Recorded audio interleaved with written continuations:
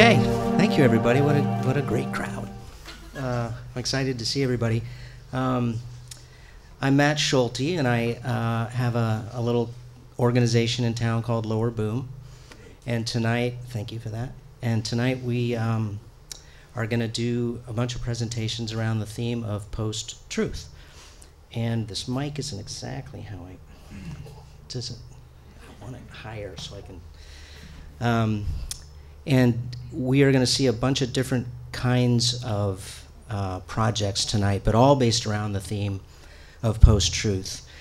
This project started through some conversations that I've been having with Open Signal, and I very much appreciate Open Signal hosting us tonight and being Lower Boom's partner throughout this whole project. Sarah Turner and Ifanye Bell and Justin from Open Signal have been our partners through this whole thing. The project started originally me meeting with Justin and talking about how we had very similar ideas on building community and how media can be used for not just expression but action, etc. And we'd been looking for a project to work on together. And around the turn of the year, the Oxford Dictionary every year declares a word of the year. 2016, the word of the year they decided was post-truth. And I thought that was an interesting concept to think about, especially considering both the Brexit and the election, about how language seems to have lost its, it's so malleable that does it even, can you even use it anymore?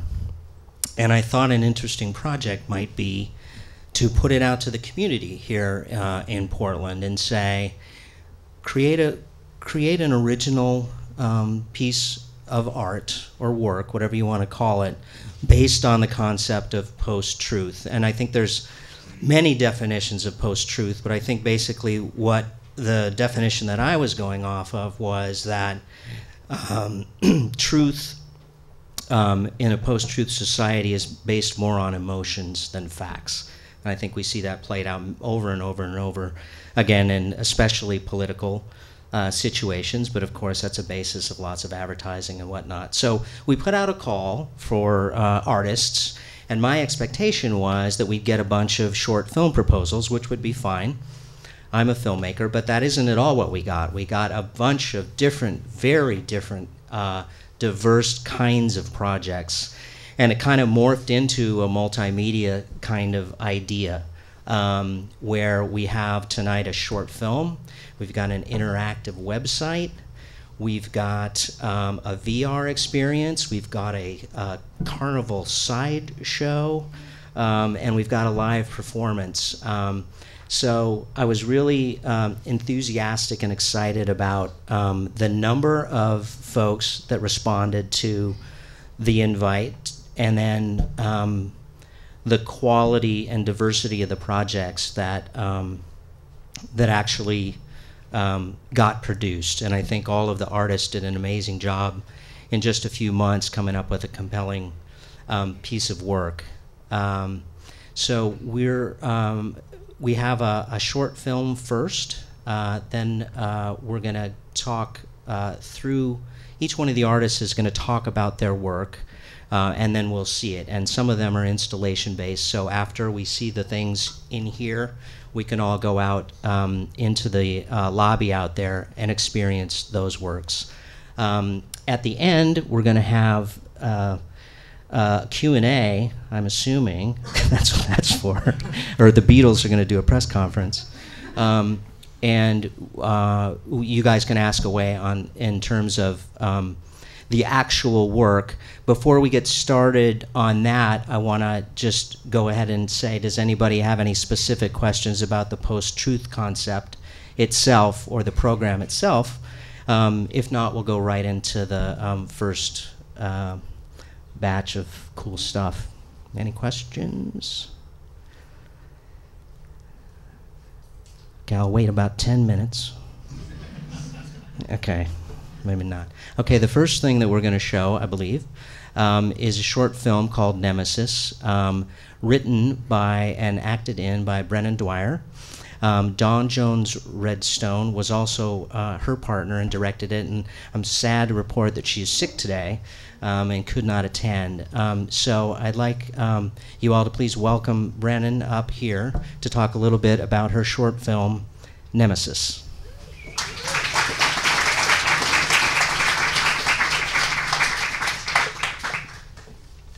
Hi everyone, I'm Brenan Dwyer, and as Matt mentioned, my partner in crime for this project here, Dawn, is unfortunately very ill with a disease that would not, she has a stomach flu, so it would just be really impractical for her to be here this evening.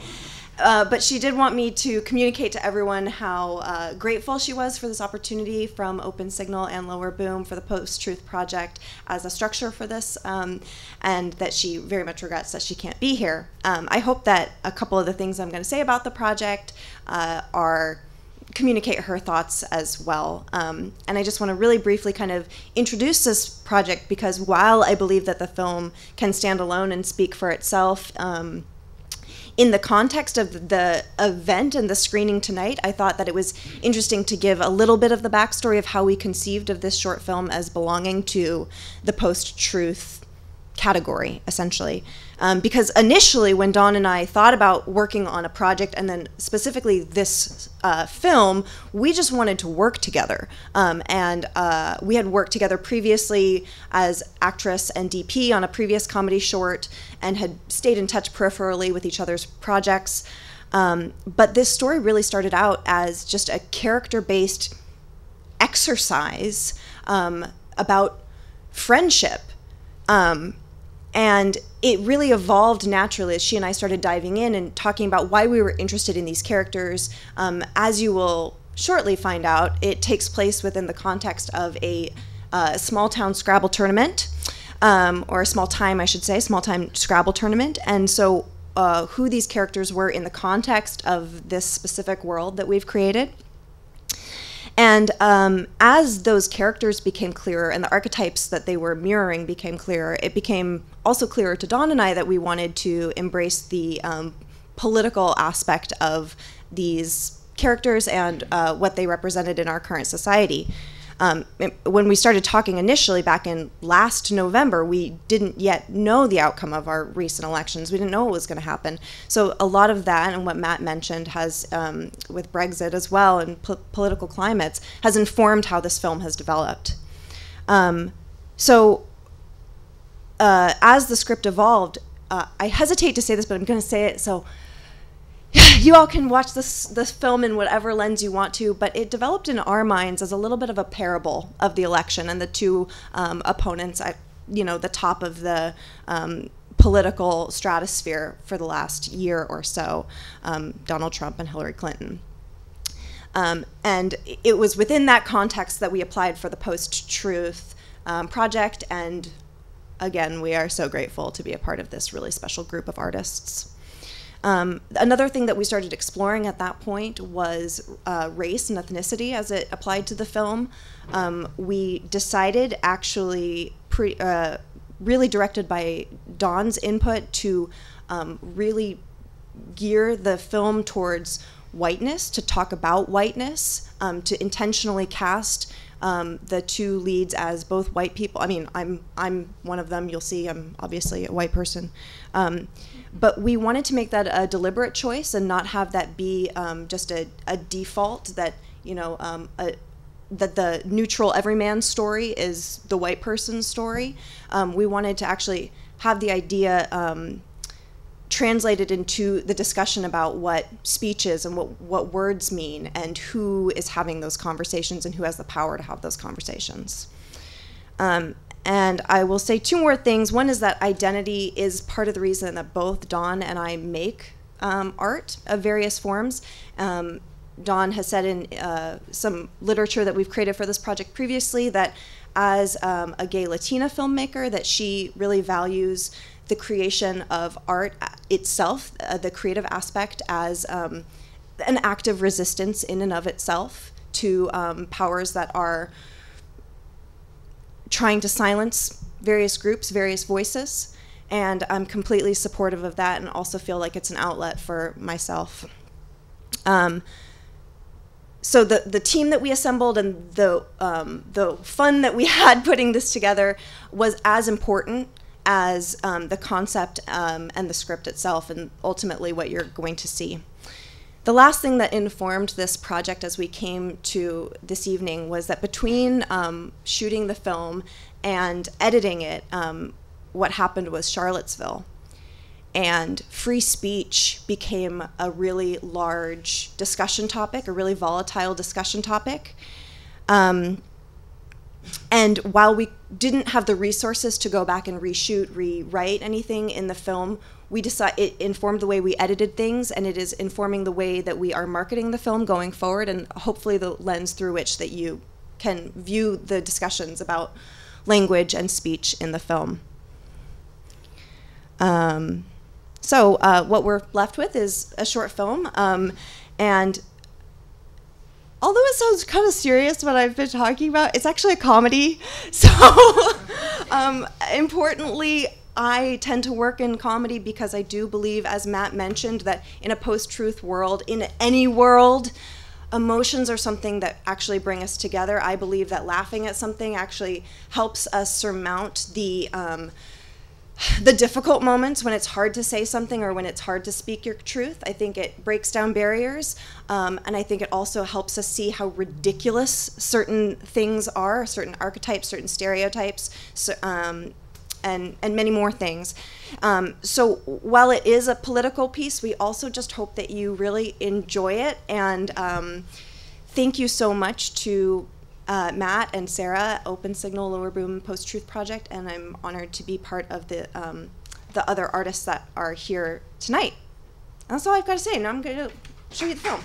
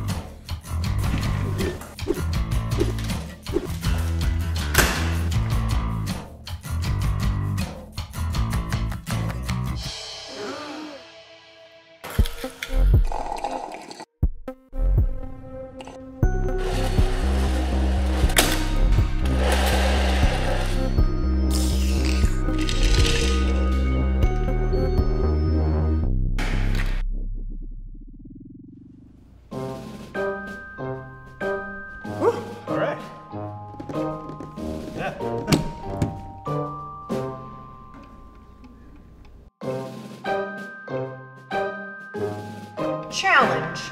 What? It's a challenge for the Challenge. No way. No, that is a herky.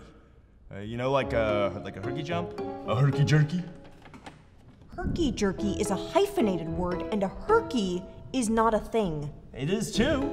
You know, you touch your toes with your well, you know, it's a herky jump, right? Must I demonstrate, woman? Please. All right.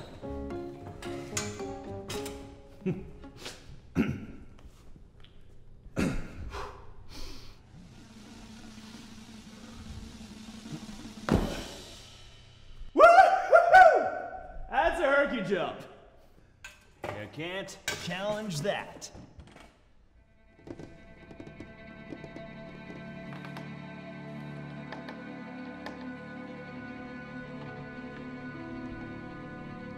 Challenge.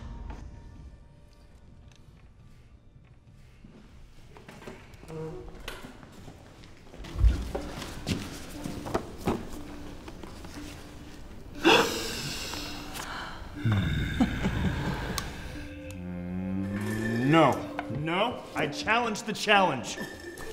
Don't make a show of yourself, Geordie. You must accept the rules. Oh, the rules are unjust.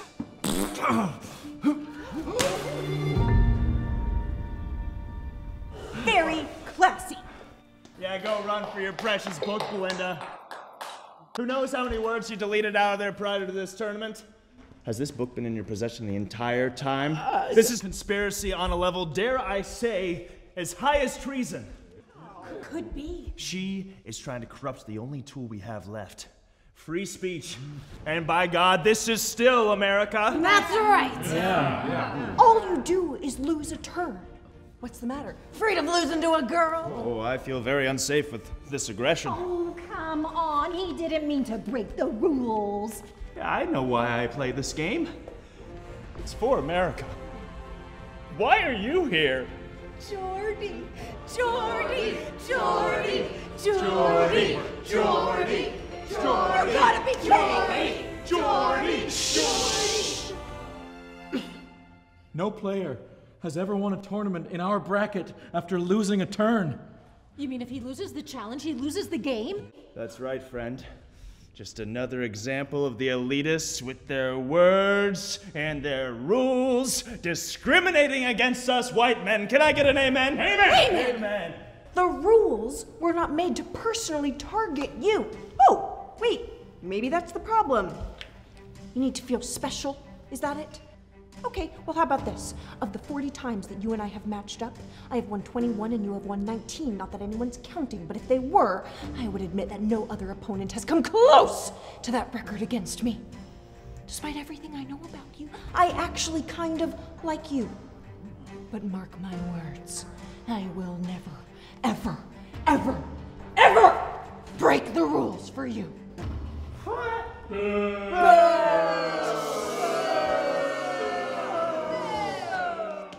This is not a democracy! Quite right. Quite right. In the matter of the word herky, I'm afraid the word is disqualified. But, for the record, we all like him more. Geordie, Geordie, Geordie, Geordie, Geordie, Geordie, Geordie, Geordie, Geordie, Geordie, Geordie.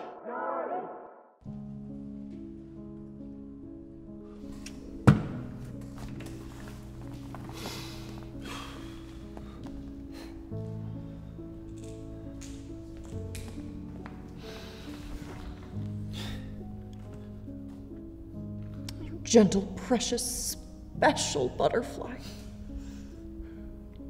There are no winners and losers. We don't play for glory. We play for the love of the game. For the love of the game.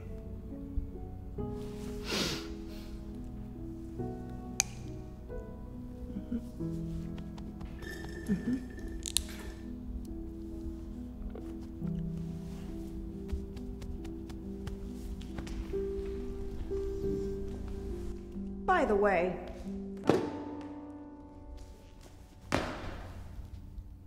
God bless America.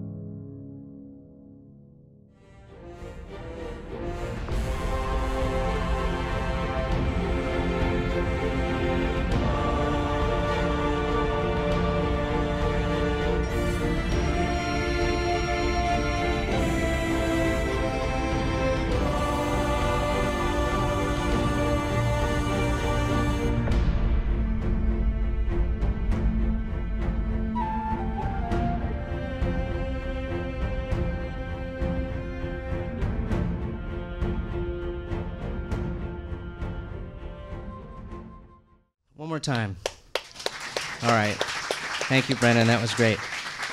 One of the most fun things about this entire project for me was I don't know what. I guess I don't know what I was expecting. I guess I was expecting like 5 dour political film or whatever, and nothing that you're going to see tonight is remotely that. And I was very excited about that. Thank you, Brennan. That was great. Our next presenter is going to talk about the connective unconscious, and this was also another thing that was great about this project, the whole project, was the original ideas that folks presented, and then seeing how they evolved, but also just see how they just kind of nailed it at the end. And we got to see a little bit of the progression of the art as they went, which was a lot of fun. Some of the, I'm not the sharpest tool in the shed, and some of the projects when I was reading, I'm like, I don't get it, but that's cool. I don't know what exactly. Carl is going to come up and talk about the connective unconscious, and this was a project that blew my mind right out of the gate, and you probably saw some illustrations out there about it, so I'm excited to have Carl come up and talk a little bit about it. The connective unconscious. I wanted to thank Matt and Sarah, Lower Boom, Open Signal for their time and generous support of this post-truth series. My project is called The Connective Unconscious, and I'm using that as sort of a way of sort of considering what I call the cultural infrastructure. And the kind of rough analogy is with like telecommunications infrastructure, today's data transmission networks and mobile computing platforms. They're all built on pre-existing structures, all these communication networks that were set up a long time ago, from telegraphy to telephones and radio and television and so on. And those older media are maybe less significant or outmoded, but nonetheless, they have sort of like shared histories, and there's ways that the old and the new link and can sort of like inform each other. And so the connective unconscious is looking at cultural infrastructure, and so I'm looking at examples of networks, sort of like non-traditional or non-digital examples of networks and network cultures, kind of proto-algorithmic structures and processes. And with interest in sort of like finding some cultural clues or cues, prompts, insight from those contexts that might reveal new insight or just sort of new ways of thinking through contemporary events in network culture today. And so with post-truth, the traveling carnival is sort of like a rich bounty of schemes and structures to work with. In the by the late 19th century, these large-scale circuses were traveling by railroad, and they'd set up like, for one night these massive tent structures, and they'd set them up in such a way that you had to go through this area with all these kind of enticing amusements. Once you got in the entrance, you were heading towards the big top. You had to go through all of these sort of sideshow booths and or past them, and games and rides and so on. And eventually, that section was called the midway, or the midway between. It kind of splintered off and became its own thing. It was like just the midway. Like the sort of endless scroll of the Facebook feed, where you're running into ads and status updates and news and clickbait and GIFs and whatever. The midway was designed as this continuous spectacle and like architecturally like a loop. So once you entered it, it was sort of unclear how you might escape it or get out. And there were people, barkers like vying for your attention and money. And along with this sort of like entourage, you also have the patent medicine salesmen who are sort of promoting these like mysterious elixirs that are really sort of like black box devices, these sort of like auto magical solutions that you never really understood like what exactly really was in them or how they would sort of like cure everything. Truthfully, they were like hideous concoctions often. We have a little bit of alcohol and maybe a little bit of cannabis, but also like kerosene and turpentine, just like, horrible things you won't have in your body. But there were, I forgot my slides. There's a slideshow. Okay, so here's the slide for this. So this, the Americanitis elixir, is like a sort of like popular example, and it's like, it's sort of dialed up in this sort of scientific sort of sounding write-up, and this is going to cure nervousness and the sort of burdens of time and the ills of this kind of like a rapidly industrializing culture. And it's Americanitis, and it looks legitimate. It sounds like a real disease. So yeah, okay. Anyway, so I'm kind of looking into some of these kind of histories and drawing on these sort of like tropes and schemes and strategies from sort of the carnival. I developed 3 sort of monologues about contemporary sort of thinking or theories around post-truth dynamics. And I recorded these monologues in the style of a carnival barker. So there's sort of like a fever pitch rant. There's a lot of alliteration, exaggeration. And these monologues were then paired with a sort of visual montage, which is drawn primarily from sort of public domain archival films, and like drawing out like scientific films, nature films, how-to, software demos, all of these things that had sort of the look and feel of veracity, which then sort of subverted or rewired and tinkered with through video editing and layering. And then I also brought in some some of my own experiments with electronic video synthesis to sort of like punctuate certain elements. And these play on little sort of smartphone-sized screens in the back of the sort of these sideshow booths. But in this sort of sideshow tradition, you first encounter these like outrageous posters that sort of like visually promise something that is very far removed from like what you're actually going to encounter. And I sort of devised these concepts and then worked with a local artist, Bill Boyer, who then illustrated these posters specifically for the installation. And you get the idea. Okay. The first one is sort of billed as Handmaiden of the Zeitgeist. And it's basically sort of an idea of like network realism, some sort of aesthetic sensibility or way of knowing the world that's cultivated by maybe too much time in front of too many screens. And so like lived experience is just like one data point in this like massive cloud, this kind of temporary constellation of many approximations and variations on actual events. And it's sort of like a network realism, so this like continuously, partially conclusive state, sort of concrete evidence that is only held together by the attention that you pay to it. So that's why it's like this network realism. And there's sort of this like spider girl trope in these sort of sideshow exhibits. So that this was sort of the network. And then the next one is the like Anthropocene.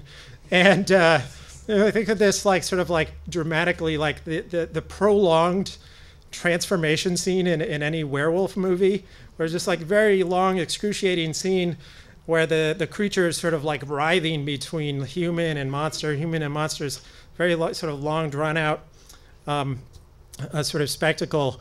And then the other element of this is a play on the Anthropocene, this this sort of a geological epoch that is brought about by significant human intervention on the earth.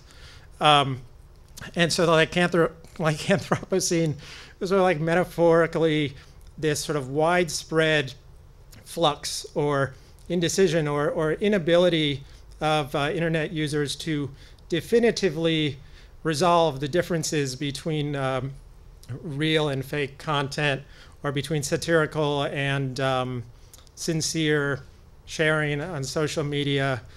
And here it's sort of thinking of post-truth as a postponing of truth, or postponing of truth procedures, a postponing of that time during which you might give sustained evaluation to the content and sort of truly sort of like resolve those differences.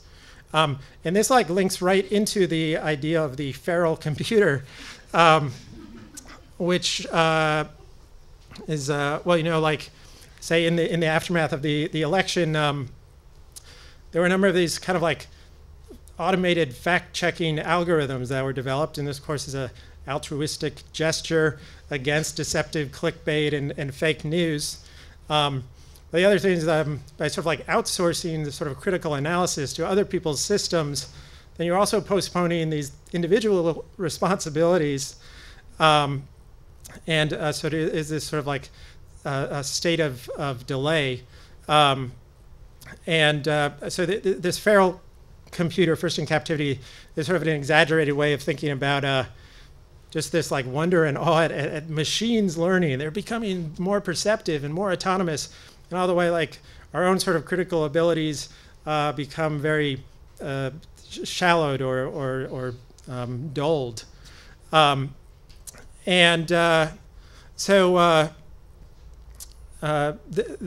like the basic gist of these. And then the kind of final element is this like ridiculous gamification of that notion that lies travel halfway around the world while the truth is still getting its boots on.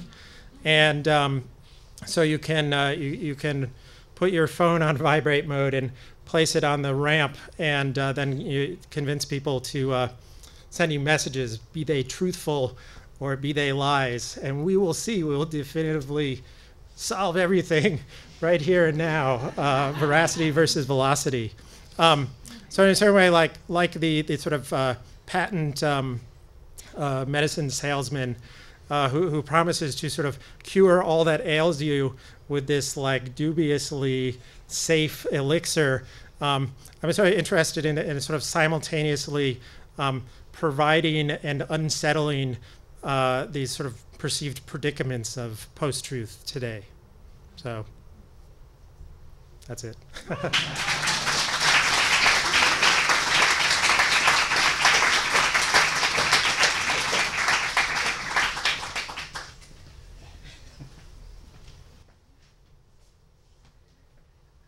Carl's presentation could have been 4 hours long, and I would have been riveted the whole time. It's amazing. And just to clarify or make clear, Carl is describing something that is actually out there for you to go see after we do everybody's presentations. And what he was describing with the illustrations and the behind them, there's the iPhone with the headphones to hear. That's all out there for everybody to experience, right? Thank you, Carl. Applause for Carl. Yes, thank you. I might make you get back up and talk more. Garima Thakur is doing a project that when I was first doing kind of an we did a little thing here at Open Signal where I introduced the concept and people showed up to ask questions about what this project was about. And she was one of the first people that really started talking about, well, does it have to be a movie? And I was, my own bias was, as a filmmaker, was I expected people to be making movies. And she's like, well, could it be this, that, or the other thing? And I'm like, yes, let's do that. So she had a fantastic idea to build an interactive web system that sort of really, I think, is both simple and complicated and interesting, and does a great job. Well, I'll let her talk about it, but another project that really took it outside, took the idea of post-truth and really added her own special spin to it, both in terms of the content and also the technology that she used. So please welcome Garima.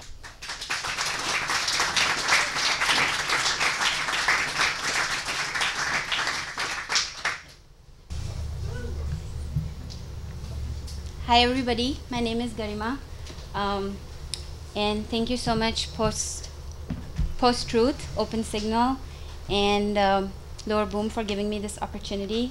I want to start with saying immigration sucks, and if you don't understand my accent, please don't raise your hands.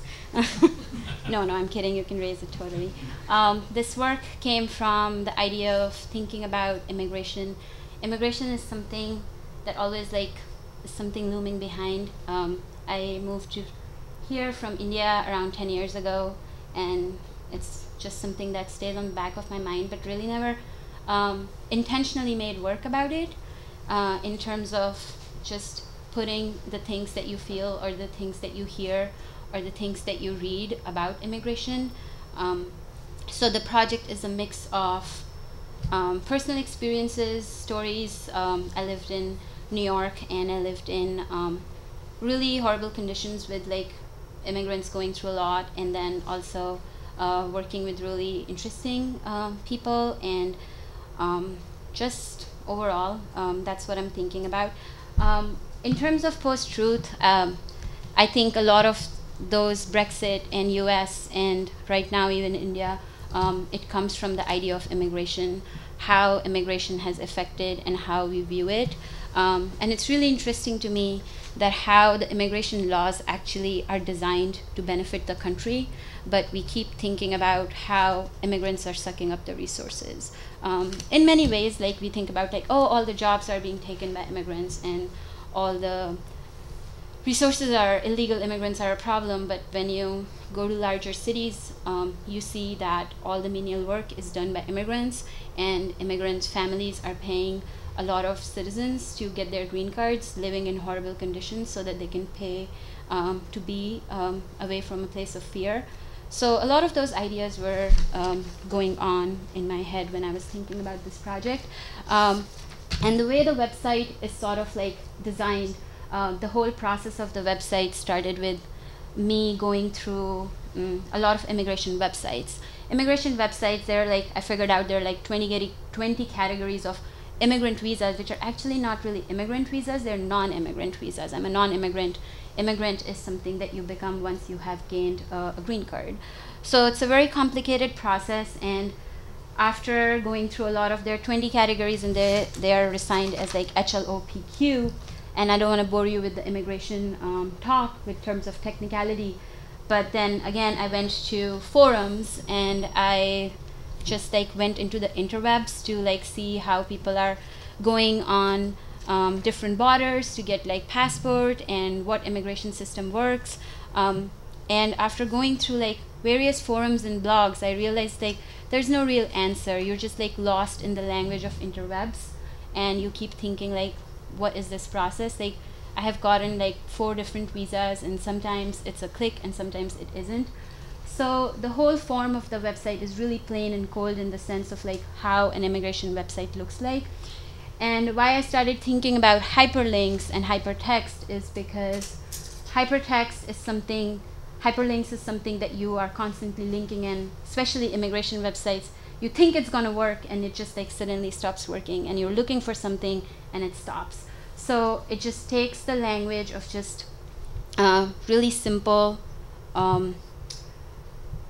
but it goes in loops. So it's basically a Mobius strip. You think you hit something, and then there are 3 or 4 different multiple narratives, and you just never know which narrative you're gonna reach, but you have to keep going and going and going.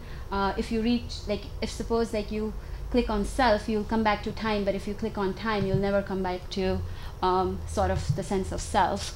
And it just keeps talking about the language of personal language, and sort of just you also get lost in many times, they're intentionally use will appear and none of them will be clickable, but then you'll see if you keep scrolling up and down, you'll be oh, actually this is clickable. So it's very much emulating the same process of what it is. Then you just don't know where you're going. You click on alien, and then suddenly image pops up, and then you have to scroll through the images to find out, take time to load, and figure out what are you doing. And then you eventually there's a timer attached to it, So you click on it and you're like, oh, it takes you to a second page, and then you have to wait for the text to appear. You can't just like click on text. So there are like different experiences that you go through. Sometimes they're broken, sometimes they make sense, and then you talk about different things. So that's really what the work is. You click on this, and then the text starts to appear, and it just keeps going in loops. And I'm gonna start right there. Thank you.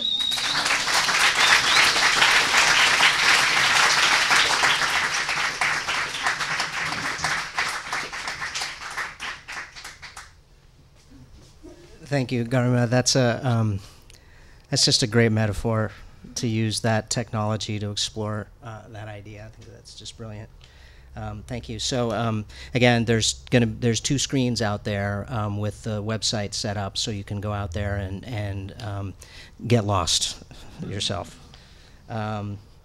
Next, Tabitha Nikolai. So one of the things that Lower Boom's been working on for the last few months is exploring VR and virtual reality. So it was really exciting to see Tabitha's proposal.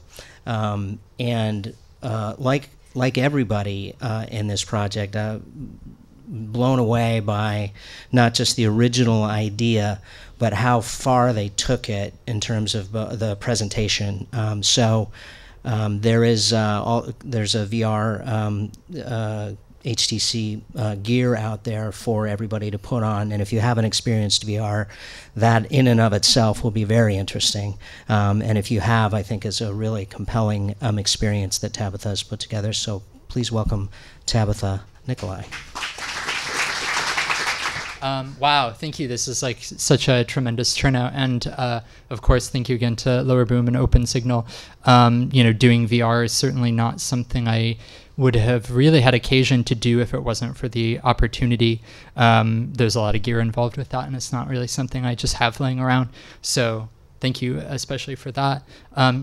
I'm Tabitha Nikolai. I'm a Portland-based visual artist and the creator of Ineffable Glossolalia, which is the VR experience in question, which is kind of a poetic installation of sorts, art installation created in the Unity game engine with music from Rainey Baker of the project Destroyed for Comfort, and words derived from a whole bunch of people, including myself.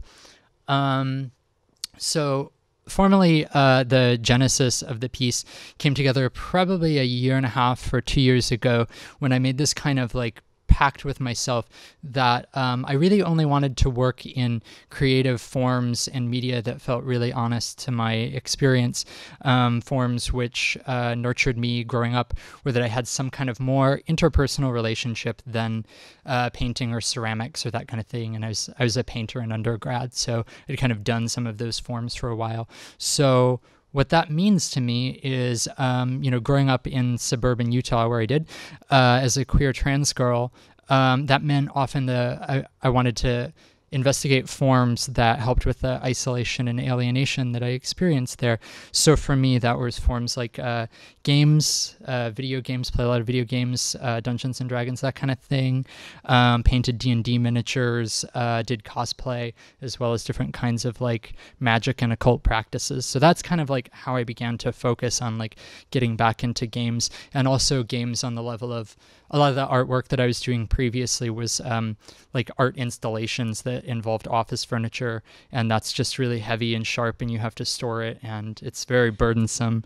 So it was a way of getting away from the overhead of that.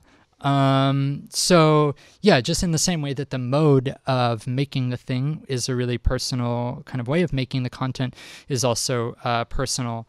Making art for me is, as others have said tonight, is just a way of being in the world. It's something that has literally kept me alive, as well as being the product of that life lived. It's what I use to make some kind of semblance of sense out of my place in this world. And so this piece came out of kind of, growing up certainly without transness as being modeled at all as any kind of possibility. But moreover, I found that, after coming out as trans and being trans newly, that a lot of the experiences that I was having were ineffable, that there wasn't really any kind of way of constructing language around them. That it was hard to describe, both because you're kind of like stuck in your body and your subjectivity, and you're kind of trying to wrap your head around that and how the world is treating that, and that because the language around those things is often constructed in like a medicalized, pathologized kind of way, largely by people who have not experienced at all what it is that you're experiencing. So for those reasons, it's ineffable, but also it becomes, there's a challenge of communicating around it, insofar as even when language does crystallize, that it's often not widely accepted, if not overtly rejected. I had an experience of testing the piece with someone who I guess you would say is a member of the queer community who wasn't acquainted with the term TERF. Or, the ways in which cis people don't want to own the word cis. A lot of people reject that word altogether. So that's another sort of like barrier for communication or connectivity among different groups of people. So it was in the context of trying to do my homework and dig into historic constructions around transness that to better, kind of put language to certain experiences that I was having, that I learned about this sex research institute that existed in Berlin between 1919 and 1933. And so this institute was created in Germany's what's called the Weimar Republic era, which is a notoriously permissive period in Germany's history, immediately preceding the rise of the Third Reich. This is the thing that the musical Cabaret is based on, and like the Danish Girl, these kinds of things take place during that period. What else do I want to say? So this, this is often an institute in queer communities that is lauded. It's where many of the first documented, at least, sex reassignment surgeries occurred, and the founders worked with local, like Berlin police, to issue what were called transvestite pass cards, which were things that they gave certified transvestites so that the police wouldn't beat them and arrest them. So in those ways, it's sort of progressive, but at the same time, that place exists side by side with the fact that the founders of that place were all eugenicists, and as well as many others being, total like scientific racists. So even the people in this permissive place were, their motivations were very questionable. What else do I want to say?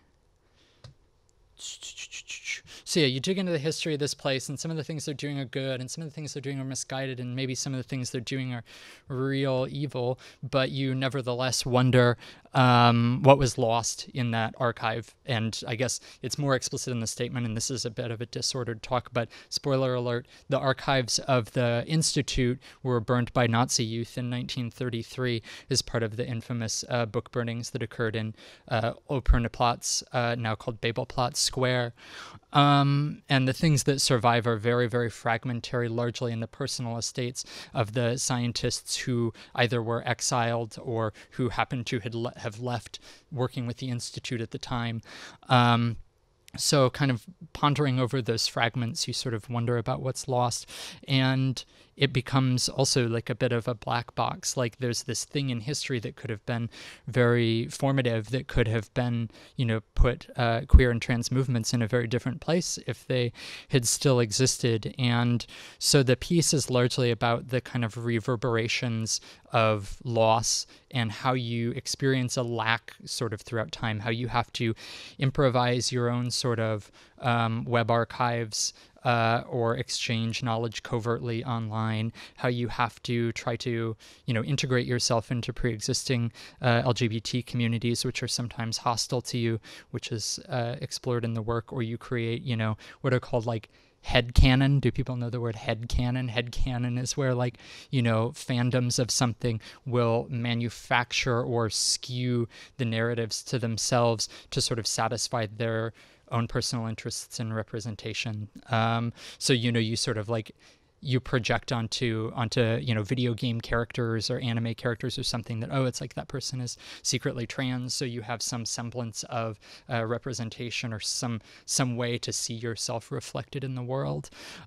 So there's a part of this in thinking about the prompt of post-truth. There's a big part of this that I think the piece really wants to defend the concept of post-truth, or at least be a bit more ambivalent about it.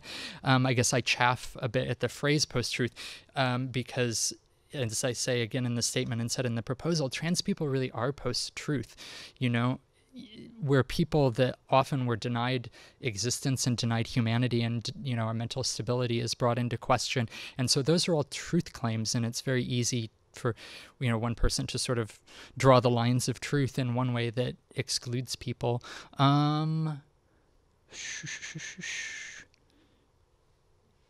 Yeah, so I guess it's an interest in questioning about post-truth with a degree of diligence or something like that. I didn't really write a conclusion, so that's what I have to say. So thank you. Yeah.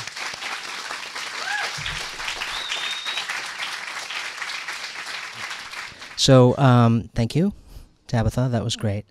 And one of the interesting things about this whole post-truth project is something that Tabitha mentioned right at the very end, which is everybody kind of I came to it with my own bias and whatever interpretation and limited understanding of what that phrase could mean in other folks' experience.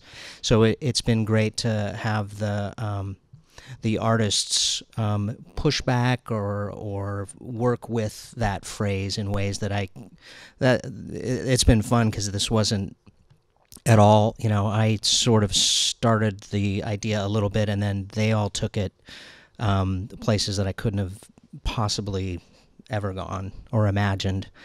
The next performance it's a performance, so let me just say that, is Niema Lightseed, who is going to do a performance before she gives a talk, I believe.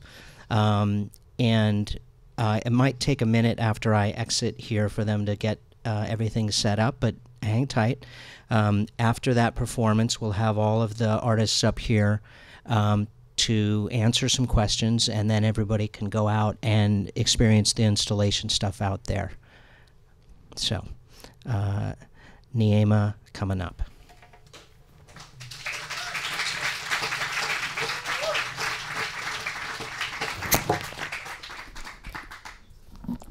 It's Niema. What I will say is something that I think most of the presenters have spoken to tonight, which is, I believe art saves lives, and I believe that our reality is woven by the words that we speak, and they can be weapons of destruction, or they can be medicine. They can be tools for healing. I call my work medicinal poetry because I believe it is art that will bring into awareness what it is that we're doing and support us in transforming it. So this is Crop.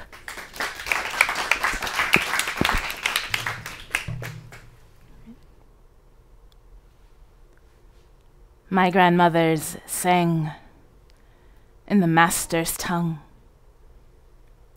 for their own were beaten into forgetting. Songs of kingdom come, songs of rhythm for picking, songs to endure the soreness and shame of being something less than human. My grandfathers toiled, bent over hard soil, broken in flesh and bone, robbed of dignity and decency until inhuman cruelty finally overtook them. Some would say this slavery that was obvious then has long since been transcended, like racism, that we now understand how all humans are created equal, but by some Orwellian axioms taken as scripture by the profiteers. Even after all these years, those who claim to be more equal still make the rules. There is no way that I should be able to buy a pair of jeans or a pint of GMO corn syrup for a handful of change. My cells remember the agony of picking cotton, my lungs the ache of its toxic fibers, how it sticks to the hands, cutting them in 1,000 tiny ways that never fully heal. Today, a 13-year-old girl in Bangladesh is folded over that same cotton, sewn to her machine, a bride bound to a place she can never leave, praying for the better life she was promised. A woman here in Portland spreads her legs, no more than a girl made to play dress-up. Beneath the rank smell of her defilement, she remembers what it meant for her body to be her own before her breathing, pulsing sexuality was twisted into a commodity. A tired old man in California is picking fruit he will never eat for a restaurant he will never see in a country that would only ever call him illegal, all for the dream that his children will be free of the poverty that seems as endless and vast as the monocropped fields before him. And a 6-year-old boy in the Ivory Coast is hoping he will work quickly enough to avoid another beating, resenting the very thought of the chocolate he will never taste. Slavery walks amongst us today. Our most tenacious addiction, inherited affliction, made of mistaking power for value and difference for distance, how we convince ourselves generation after generation after generation that we are powerless to change the system that gives us just enough to keep us on our knees.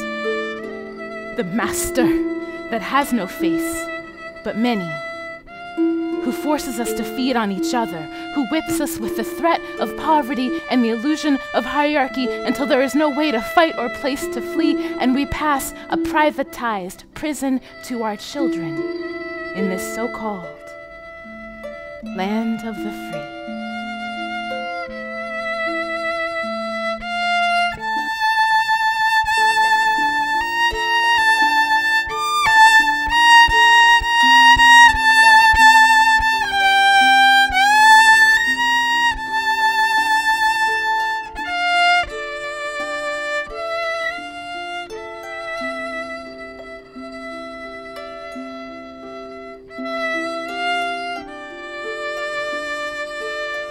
If life is to continue, it will require our absolute bravery as we live into and thus create the reality that there is no being more equal than any other, that there is no security for one unless there is prosperity for all. The lie of separation is constructed in the monstrous minds of the oppressors who are born themselves of oppression, hiding in the machinations of corporations, passing along their debt and their pain until there is nothing left but miles and ages of chains. Our Levi's will have to go up a few dollars. We will have to pay the real cost of growing real food.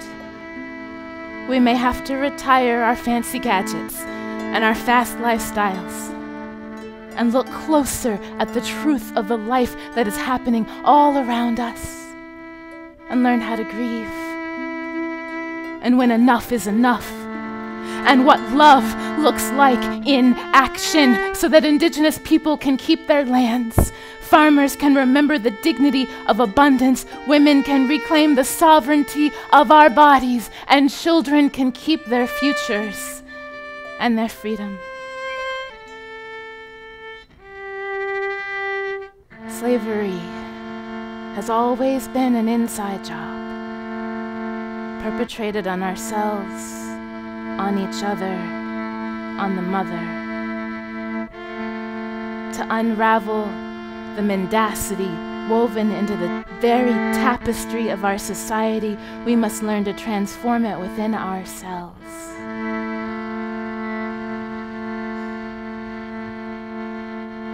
Let us begin.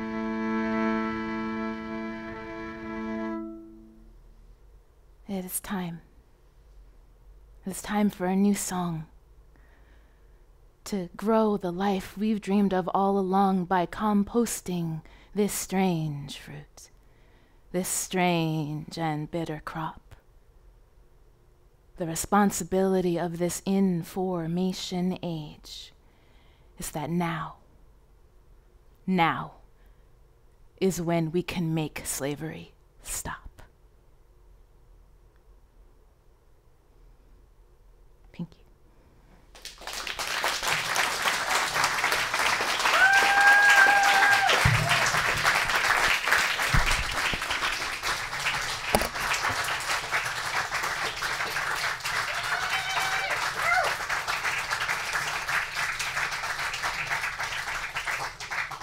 Thank you. That was amazing, of course. I never would have imagined that just putting the call out for artists to create work based on post-truth that we would have ended up with 5 completely different and amazing projects. Can I have a big round of applause for all of the artists? I'd like to invite all of them up here on stage, all the artists up on stage, and we'll take questions, and then after that we can go out to the lobby and you can explore the installations at that point. Any questions? Excellent. That means we can get out in the lobby fast enough. Okay, which did you like better? No, just kidding. I'm just kidding. It was a joke. I think I would add, I don't know if this is a question so much as an invitation, Yeah. like pretty much everything that all of us named in our pieces is something that action can be taken on, whether it's rights for trans people or supporting immigration law reform or noticing the sources of the things that you purchase. Like there's ways that we can all take out into the world what we've experienced tonight. Yeah, very true.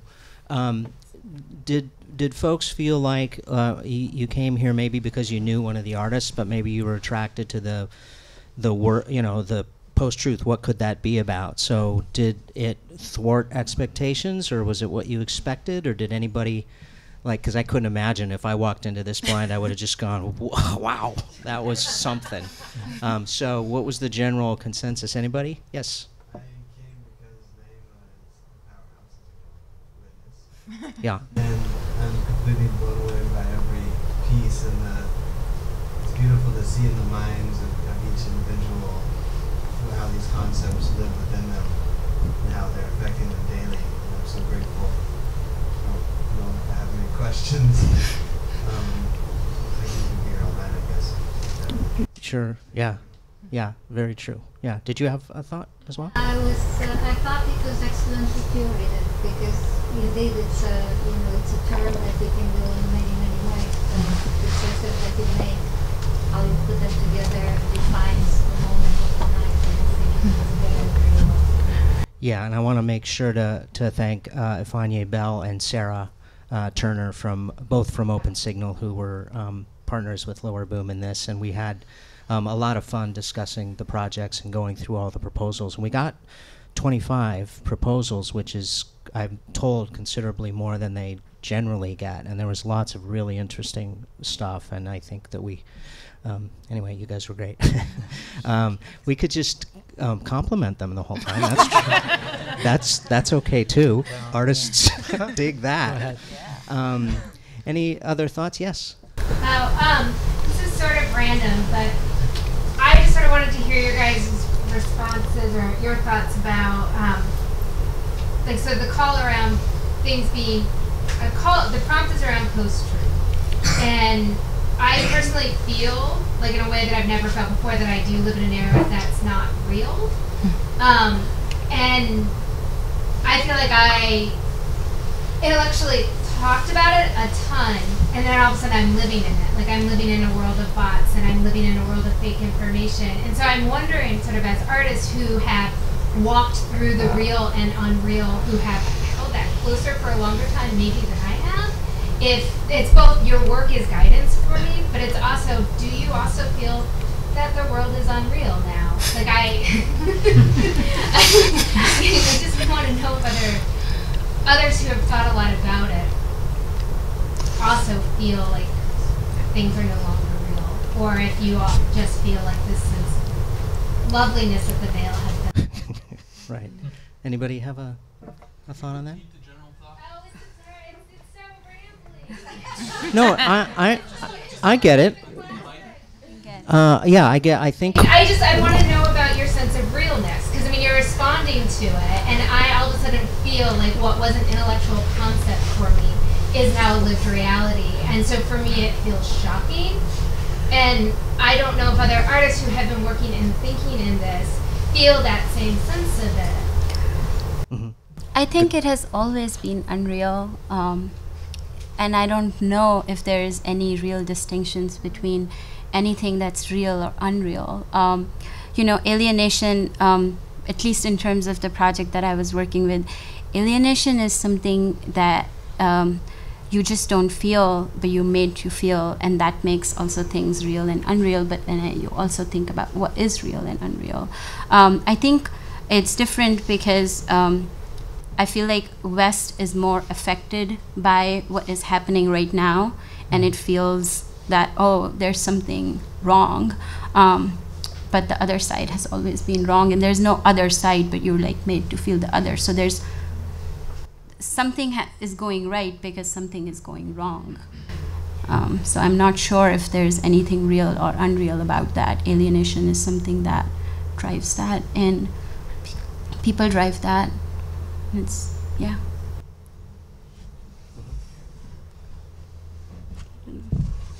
I would just say that I have felt that in some ways throughout my life and throughout different challenges that I've taken on and throughout different life events, particularly in our world right now.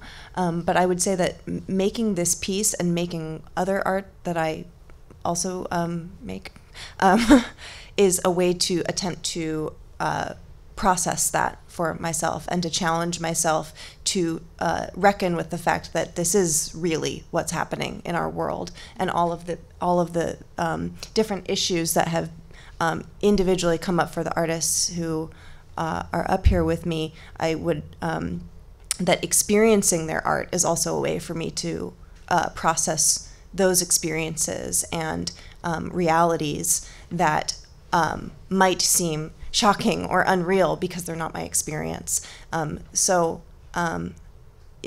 In short, yes, I relate to what you say, and this and other work is my attempt to process that and to become a better and I guess more open conduit for whatever truth means, whether that's action or empathy or laughter.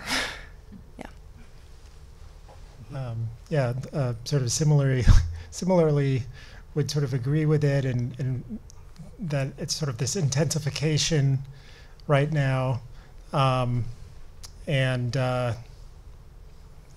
it's sort of paralyzing or difficult to know how to proceed, but the attempts to proceed, or the attempts to sort of like sort of grapple with it, sort of process with it, I think like that's important, and that's, I mean, as I say, this idea of like post-truth is sort of a postponing of getting at the truth or getting kind of deeper into these sort of dynamics. Easier said than done, but of just kind of pushing back against this sort of delay or sort of culture of everything is just kind of pushed away or pushed aside. Well, I'll return to yes, I agree. Yeah, I guess the thought that I have that is around that is, there's this popular notion that, in real life is different than what happens online, right? And that one is real and one is unreal.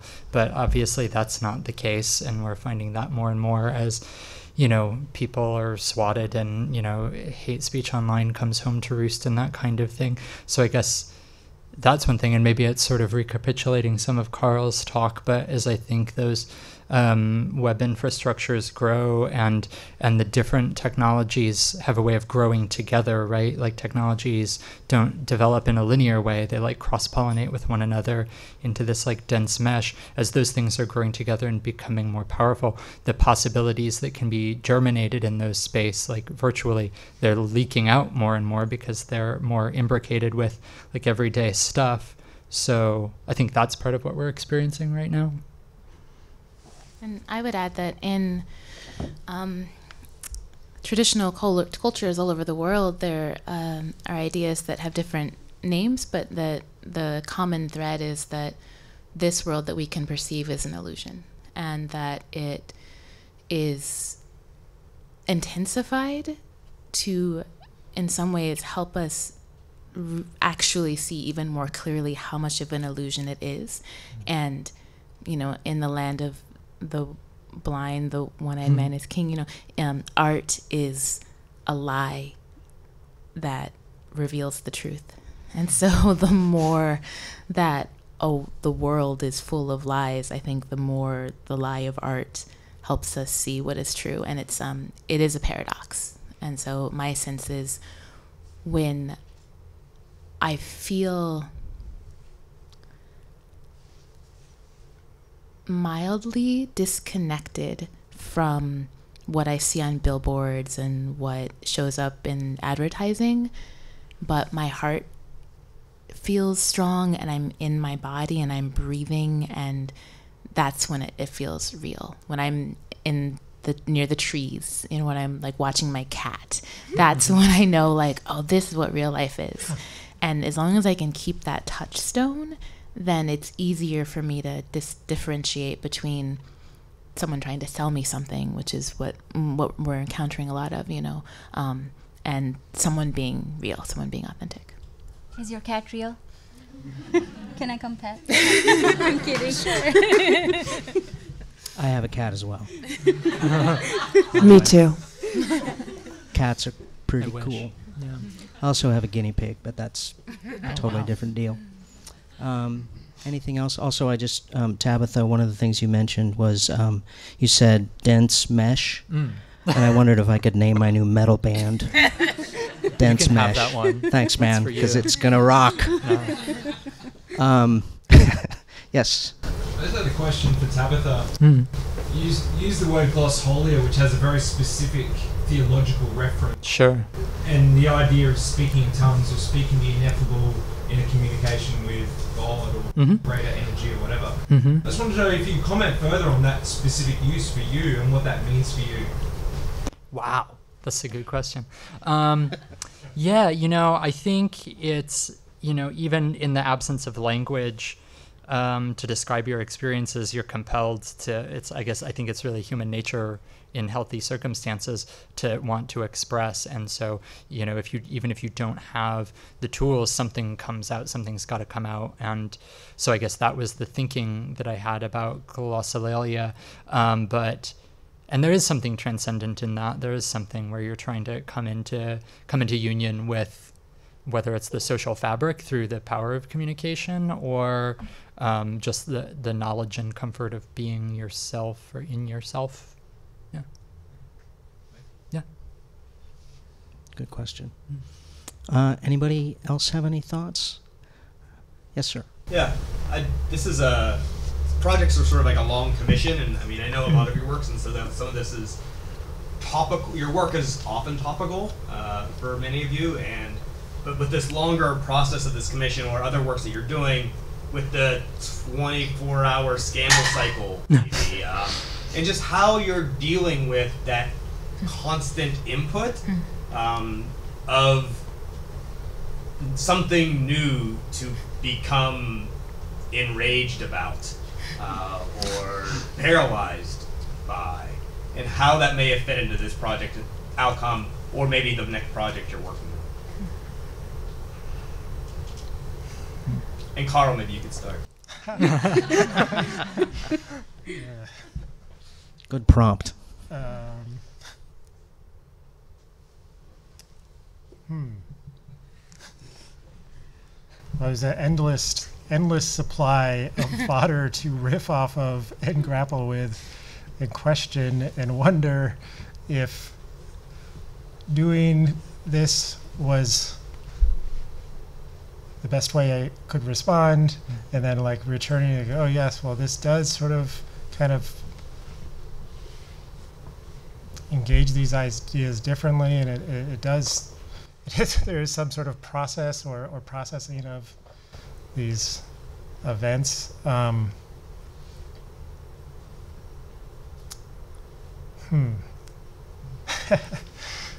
don't know. I mean, I feel like the project kind of shifted, as Matt was saying earlier, like from the proposals. I think that's, you know, a natural sort of mutation that happens with any project.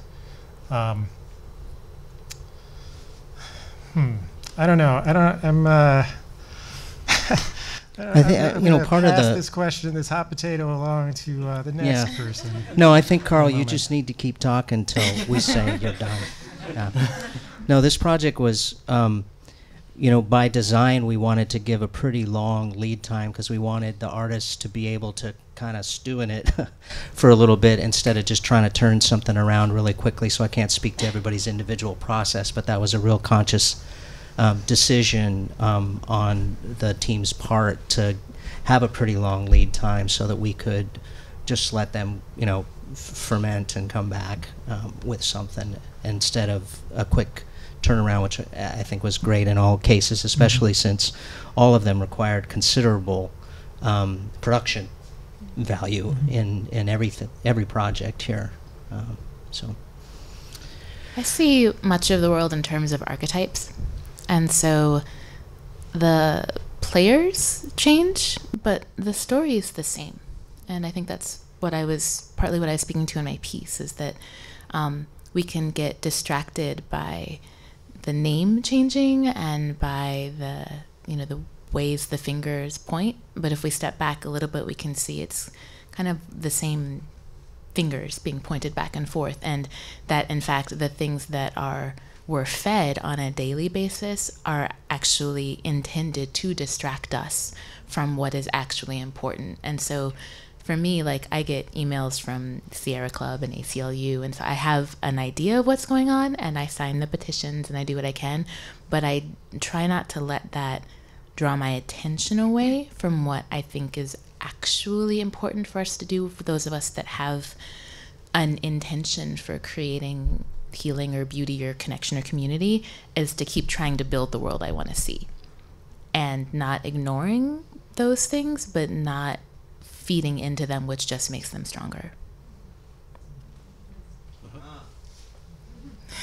I guess one thing that I was thinking about just the other day with the sort of news of the kind of Russian sort of propaganda, it's like these ads that Facebook allowed, and how couldn't they see that this was paid in rubles? This was obviously connection, and just sort of like, well, okay, well now that seems like very clear, but there's like more complexity to this sort of scenario, and maybe like above all, what I thought was interesting, again, for like thinking through these kind of like carnival things, like the carnivals like would, you know, come to a town for just one day, and then though the local authorities would be looking out for scams, like the carnies knew they were looking out for scams, so they were very well versed in hiding the scams. And so like, although there was attention paid, it wasn't informed intention. And so like, I was like, well, is Facebook looking for those things? Like, is that what they are looking for when they are receiving all these ads and so on? And they are now. Yeah, right. So, like, hindsight. Yeah, just I don't know, these interesting turns of events, and sort of a desire to like sort it all out. Like, all right, well, I got point A, I got point B, and like, why can't we just draw this line? It was like, well, it's a bit like highly nonlinear, it's a and dense like smash. It's a dense smash. We're playing next Friday at the No. Sorry, I don't know how to take your question because as a brown woman, you're always in rage, and you're named for being an angry brown woman. So it's like you're there. It's not even about things you feel that you have to rage about. It's just like your daily experience of like different things, and if you are not in rage, there's a problem. So it's like you stew on it and you keep grinding at it, I think. Yeah, I think I feel related. Another dense mesh of like bullshit that it's like, yeah, you're just like the way you select is you're just in it. And you're in, what I mean is just like you're in your specific subjectivity of it. And so you pick from like what's immediately around that. But yeah, I mean, everything's enraging. You can be enraged about stuff that has nothing to do with your subjectivity, but that's what creates your experience, Yes. you know, those things which most immediately, violently, legally affect you. Yeah. Is there another question back there? Yeah. So I was just wondering, it may have actually been very similar to what you were about to ask, but it's prompted by what Tabitha said around like maybe like the potential power of post-truth, or viewing like what we very broadly see as post-truth and not as an antagonistic thing. Which I think to me sometimes when people talk about post-truth, what kind of bubbles out of it is just sort of like technophobia and kind of this like fear of internet, which is like a world that we just kind of live in and it's not really going anywhere. So I was wondering if like, and you guys can, like as of right now, it's not going anywhere. If you guys can just sort of speak to that subversive power a little bit, and whether or not you think the concept we think of as post-truth is something like artists or activists or other people can use. Could I add my point onto yours? I Yeah. think it would actually be a good secondary question. I was also wondering, do y'all think that we are actually in some sort of critical mass era of post-truth, or is it more of a cyclical thing? Because I mean, I'm kind of old. I remember in the 90s before Y2K, all of a sudden the X-Files, conspiracy theories, there was a lot of the same sort of moving in and out of what was real and what wasn't, and what was hidden under the surface, the Matrix, all that stuff, like in the late 90s. Is this something that's cyclical rather than, or are we in a spot? I mean, right now we're in a spot where like flat Earth is becoming like a big thing, and truly bonkers like conspiracy theories that that have risen out of nowhere. Is the experience now like particular, or is it cyclical? Is it an energy that can, like she was talking about? Is it energy we can tap into? Is it something we should keep an eye out for, or watch as it moves in and out? Okay. Okay. Yep. Anybody?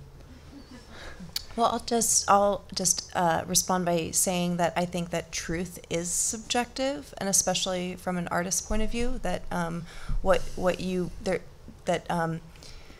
I'm not talking about facts. I'm talking about truth. It's a subjective thing, and so, of course, we're in a post-truth era, but we always have been, if you look at it through that lens, and that our goal as informed citizens, or as artists, or as humans searching for enlightenment, is to constantly be vigilant and critical and question the things that have been presented to us as truth, either to agree with them and reinforce them, or to deconstruct them.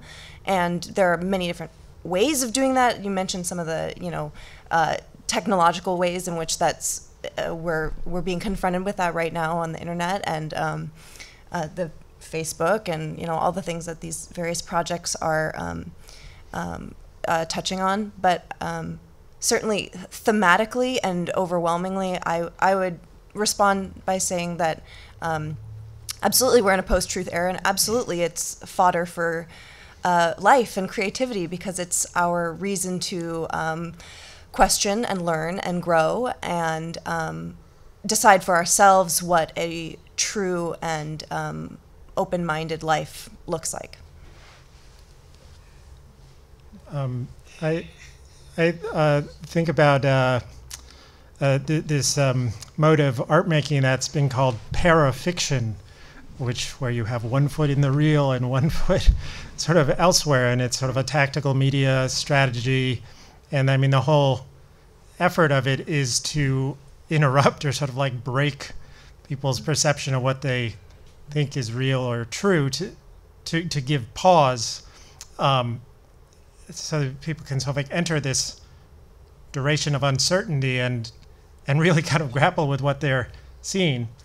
And I think maybe that's sort of the difference. There was a sign, I don't know, 4 or 5 years ago now, maybe some of you saw it on Williams in one of these spots, which is now some new development.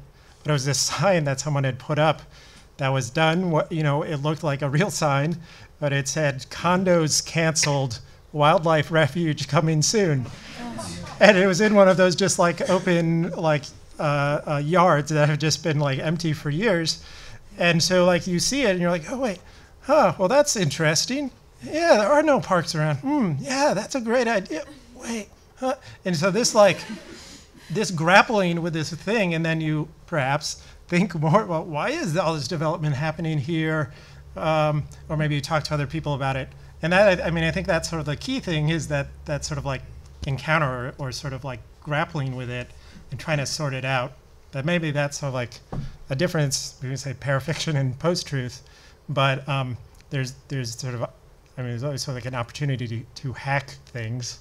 So post-truth like ups the ante in certain ways, but that's where the creative problem solving of the artist can enter the equation. I think I'm confused by the idea of post-truth because I hate to divide it again, but the West is freaking out, so there's post-truth.